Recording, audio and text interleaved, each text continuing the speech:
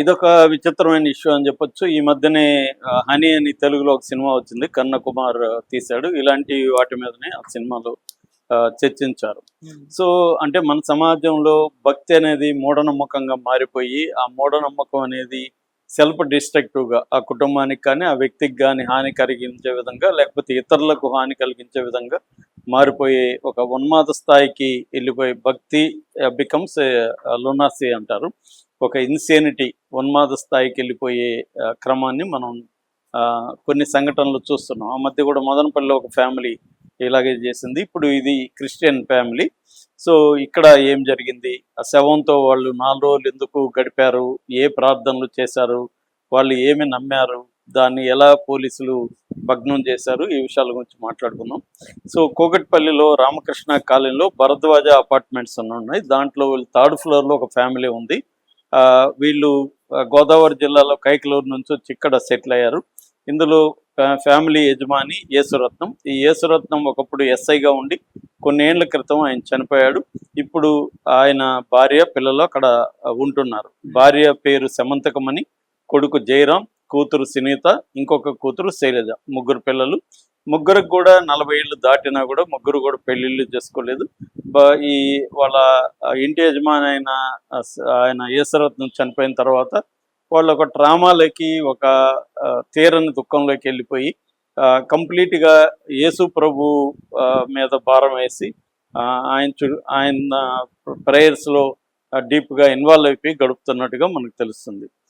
So అయితే మొన్న Friday ఏమైందంటే, ఈ శైలజ అనే అమ్మాయికి హెల్త్ బాగాలేక హాస్పిటల్కి తీసుకెళ్లారు. అక్కడ రామ్దేవ్ హాస్పిటల్. సో రామ్దేవరావు హాస్పిటల్కి తీసుకెళ్తే ఆమెకి అనీమియా ఉంది, బ్లడ్ ఎక్కించాలని డాక్టర్లు చెప్తే కూడా వీళ్ళు బ్లడ్ వద్దు, ఎవరి బ్లడ్ అంటే వాళ్ళ బ్లడ్ వద్దు, పరిశుద్ధ రక్తమే కావాలి అనేది వాళ్ళు చెప్పారు. డాక్టర్లు ఎంత కన్విన్స్ చేసినా వినలేదని చెప్తున్నారు. అయితే ఇక్కడ మనకి ఇండియన్ మెడికల్ కౌన్సిల్ యాక్ట్ అని ఉంది. ఆ యాక్ట్ ప్రకారం పేషెంట్లకి వైద్యం చేయించుకునే హక్కు, చేయించుకోకుండా ఉండే హక్కు కూడా ఉందని కూడా చెప్తారు. కాకపోతే ఇక్కడ ఏంటంటే ఆమె చెప్పడం ఒకటైతే, ఫ్యామిలీ మెంబర్స్ గట్టిగా వ్యతిరేకించడం అనేది ఇక్కడ ఎక్కువగా కనబడుతుంది. దాని తర్వాత ఆమె చనిపోయింది. చనిపోయిన తర్వాత వాళ్ళ ఇంటికి వచ్చి ఒక ఫ్రీజర్ని ఆర్డర్ ఇచ్చి ఫ్రీజర్ చూపించుకున్నారు. దాంట్లో ఈ బాడీని పెట్టారు.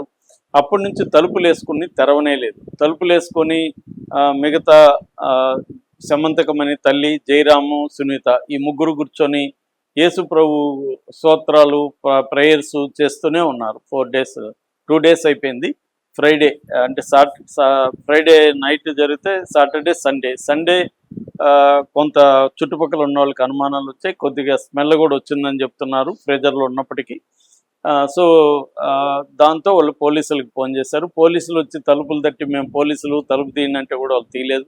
మేము తీయము, మేము డిస్టర్బ్ చేయకండి మమ్మల్ని, 4 రోజులు మేము ప్రయాస చేస్తే మా పాప బతికొస్తుంది, యేసు ప్రభు బతికిస్తాడు అని పోలీసులతో కూడా ఆర్గ్యూ చేశారు. చివరికి పోలీసులు విసిగెత్తి, మీరు కానీ తలుపు తీయకపోతే జిహెచ్ఎంసీ వాళ్ళని పిలిపిస్తాము, వాళ్ళు తలుపు బద్దలు కొట్టి ఈ శవాన్ని ఎత్తుకుపోతారు, మీకు మామూలుగా మీ ఆచారం ప్రకారం కూడా దాన్ని ఖననం చేసే అవకాశం కూడా ఇవ్వము అని గట్టిగా బెదిరించిన తర్వాత వాళ్ళు తలుపు తీశారు. అప్పుడు కూడా పోలీసులతో వాళ్ళు ఆర్గ్యూ చేశారు, మీరు మమ్మల్ని డిస్టర్బ్ చేయకండి, ఆల్రెడీ ఇప్పుడు 2 రోజుల పైన అయింది, ఇంకొక 2 రోజులు చేస్తే 4 రోజులు మేము కరెక్ట్గా ప్రేయర్ చేస్తే మా పాప బతికొస్తుంది అనేది వాళ్ళు గట్టిగా ఆర్గ్యూ చేస్తే పోలీసులు తల్లబట్టుకున్నారని చెప్తున్నారు.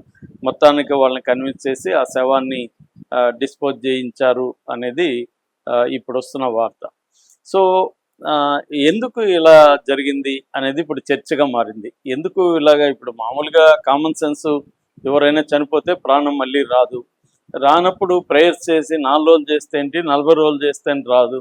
మరి ఎందుకు వీళ్ళంతా నమ్మారు? వీళ్ళందరూ చదువుకున్న వాళ్ళే, ముగ్గురు, ఒక ఎస్ఐ భార్య, ఎస్ఐ పిల్లలు, ముగ్గురు వీళ్ళు తల్లి, 2 పిల్లలు ఎందుకు ఇలా ఆలోచించారు అనేది చూస్తున్నప్పుడు ఇది వరల్డ్ వైడ్గా కూడా క్రిస్టియానిటీలో ఒక ఇట్లాంటి నమ్మకాలు ఉన్నాయి. ముఖ్యంగా ఎవాంజలికల్ క్రిస్టియానిటీ అండ్ పెంటకోస్టల్ కమ్యూనిటీస్లో ఈ లక్షణాలు ఎక్కువ కనిపిస్తున్నాయంటారు. ఇండియాలో కూడా 2.3% ఇండియన్ పాపులేషన్లో క్రిస్టియన్స్ ఉంటారు. ఇక్కడ కూడా మనకి ఆ మధ్య తమిళనాడులో కూడా సేమ్ సిమిలర్ ఇన్సిడెంట్ జరిగింది. అలాగే అమెరికాలో కాలిఫోర్నియాలో కూడా ఒక చిన్న పాప చనిపోతే మళ్ళీ బతుకుతుందని వాళ్ళు అక్కడ ప్రేయర్స్ చేస్తున్నారని అప్పుడు కూడా వార్త వచ్చింది. ఇదేంటంటే బైబిల్లోనే ఇలాంటివి ఎపిసోడ్లు ఉంటాయి. లాజరస్ 4 రోజులు లాజరస్ చనిపోయినాక 4 రోజులు ప్రేయర్ చేస్తే జీసస్ వచ్చి అతను మళ్ళీ బతికించాడనే స్టోరీ కూడా బిబ్లికల్ కథల్లో ఉందన్నమాట. సో అందువల్ల వీళ్ళు కూడా 4 రోజులు అనేది ఎందుకన్నారంటే ఆల్రెడీ ఆ ట్రెడిషన్ ఉంది కాబట్టి ఇక్కడ మన పాపకు కూడా 4 రోజులు మనం ప్రేయర్స్ చేస్తే యేసు ప్రభు వచ్చి మళ్ళీ ప్రాణం పోస్తాడు, తీసుకెళ్ళిన ఆత్మను తిరిగిస్తాడు అనేది నమ్ముతున్నారు. ఇది ఒక రకం ఏంటంటే ఫ్యామిలీ ఎలా నమ్మారు, ఎవరైనా ఒకరు నమ్మితే పర్వాలేదు అనుకున్నప్పుడు ఇలాంటి లక్షణాలు కూడా ఉన్నాయి. సైకాలజీలో దీన్ని ఫోలియే ఫ్యామిలీ అని పిలుస్తారు. అంటే షేర్డ్ సైకోటిక్ డిజార్డర్ అంటారు దీన్ని. అది ఫ్యామిలీలో అందరికి కూడా సైకోటిక్ డిజార్డర్ అనేది ఉంటుంది. అది సామూహికంగా అందరూ కూడా ఆ డిల్యూజన్లో ఉంటారనమాట. మామూలుగా మనకి స్కిజోప్రెనియా లక్షణం ఒకరిలో కనపడుతుంది, ఒకరిలో మాత్రమే డిల్యూజన్స్ వాళ్ళు నమ్ముతూ ఉంటారు. నిజంగానే యేసు ప్రభు వస్తాడని వాళ్ళు నమ్ముతుంటారు. వాళ్ళు ఏం కావాలని చేసింది కాదు, దే బిలీవ్. అటువంటి ఒక మైండ్ సెట్ వచ్చేస్తుంది. దీన్ని ఫ్యామిలీకి కూడా మామూలుగా వ్యక్తులకి రావడం మనం చూస్తాము, కుటుంబంలో అందరూ కూడా ఇలాగే నమ్మడం అనేది కూడా కొన్నిసార్లు మనకు కనబడుతుంది. దీన్నే ఇందాక చెప్పినట్టు ఫోలీ ఏ ఫ్యామిలీ అని పిలుస్తారనమాట. అంటే shared psychotic disorder in a family అంటారు. అంటే ఎవరో ఒకరు డామినెంట్గా, మేబీ తల్లి ఉందా లేకపోతే కొడుకున్నాడా, ఎవరో ఒకరు డామినెంట్గా ఉండి మిగతా వాళ్ళని కన్విన్స్ చేస్తారు. మనం చాలా ఫ్యామిలీస్లో మనం కూడా క్లోజ్గా అబ్జర్వ్ చేసిన ఫ్యామిలీ ఒకే రకమైన నమ్మకాన్ని గట్టిగా కలిగి ఉండడం అనేది మనం చూస్తాం. అంటే ఎవరో ఒకరు ఇన్ఫ్లుయెన్షియల్ పర్సన్ ఉండి ఆ పర్సన్ మిగతా వాళ్ళని ఇన్ఫ్లుయెన్స్ చేసి నమ్మే విధంగా చేస్తారన్నమాట.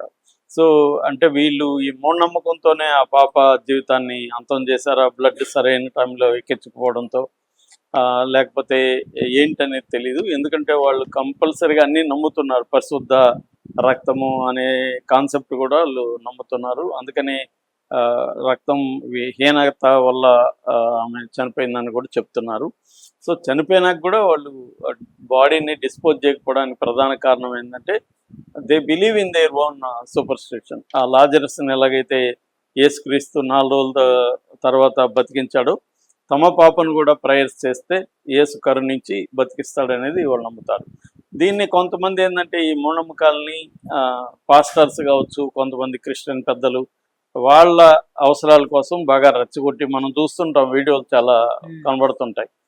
గుడ్డివాడు నడిచాడు, ఆ మధ్య ఒక వీడియో అవుతుంది, ఆమె వంట చేస్తుంటే ప్రభు వచ్చి చెయ్యేశాడు, అమ్మ మన ఇద్దరం కాసేపు ముచ్చట్లు చెప్పుకుందాం అన్నాడు. నేను వెళ్ళి ఉండు ప్రభువా వంట చేయాలంటే, లేదు నేను దూతలను పంపిస్తాడు, దూతలు పంపించి వంట చేస్తే మేము ఇద్దరం ముచ్చట్లు చెప్పుకున్నాం అన్న వీడియో వైరల్ అవుతుంది. ఆమె చాలా క్యాజువల్గా నమ్ముకుని చెప్తుంది. ఇలాంటివి చాలా ఉంటాయి. దీన్ని చాలా మంది నమ్ముతా కూడా ఉంటారు.